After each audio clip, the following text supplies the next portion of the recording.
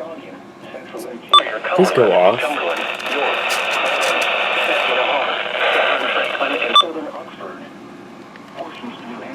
Including the following areas: Belknap, Cheshire, Rockingham, Eastern Hillsborough, Merrimack, Carroll, Grafton, Southern Coos, Stratford, Sullivan, and Western and Central Hillsborough. When? From Thursday afternoon through Thursday evening.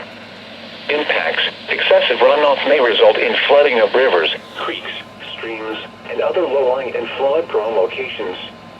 Additional details: following morning showers and thunderstorms, additional scattered and strong thunderstorms will be capable of producing heavy rainfall in excess of 2 inches in an hour. Saturated soil conditions will cause rainfall to run off into rivers and streams, which remain high.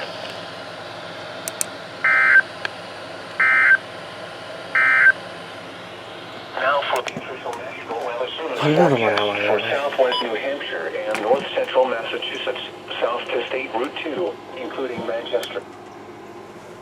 Let me figure out how this thing is going on. Warm with highs in the upper 80s. There you have it.